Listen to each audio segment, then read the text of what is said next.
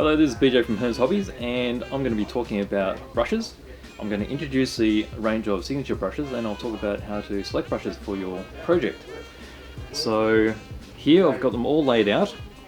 There's two types of bristle that are available in the signature brushes. So you have the synthetic bristle, which is the red handled with the amber coloured bristle. And then there's the sable, which is a natural hair bristle, and they're in the black handles.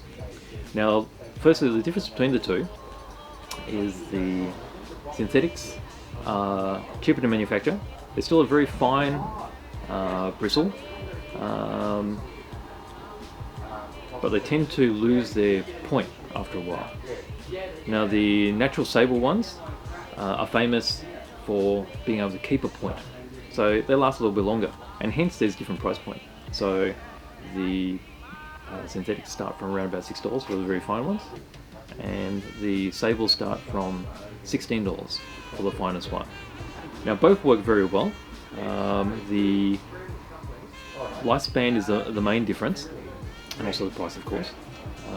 Feeling in the hand is about the same, although the finer sable brushes come with a triangular handle, so a bit larger. And the advantage of the triangular handle is, as you're holding it, the brush, it fits in the hand more snugly. Now the others have a more traditional rounded handle, which is fine as well. You're just holding it tighter, like so, and you may be holding it like this. Still comfortable in the hand, just easy to roll around. So it depends on your individual preference there.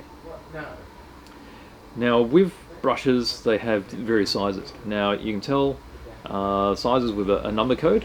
Now the smaller the code, the finer the bristle is going to be. So the finest ones available here are 10-0.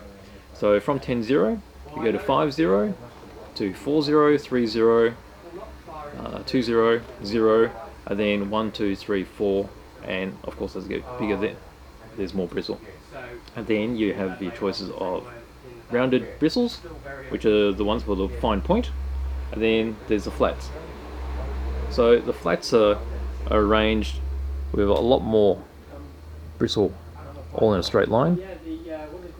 Now these can be used in two ways, so you can either use them like such for the wider flow, or you can turn them around and you've got a final point there as well.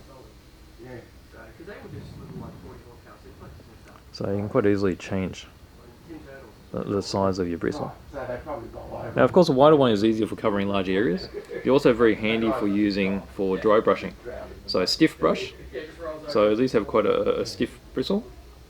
They're perfect for just picking up the top areas that you're highlighting. So they're handy. Now the other brush available is the lining brush. So these are the lining brushes. They come with the synthetic bristles. Now the obvious difference is the length of the bristle. Now how does that help, you may be thinking? So the longer the bristle, the more paint will load up into it. So with more paint, it allows you to do fine lines without having to reload it all the time. So whereas a finer bristle, you might draw a line maybe this long, and then it'll start to run out of paint. This one will extend because it continues to feed the paint down the end of the bristle. So you'll be able to do a straighter line. So that's really handy if you're doing, say, freehand tartan kilts and such, or lines across the side of ships. Anything like pinstriping, very good. So these are available in a 5-0, a 2-0, or a 1 size. Now, how do I select the brush?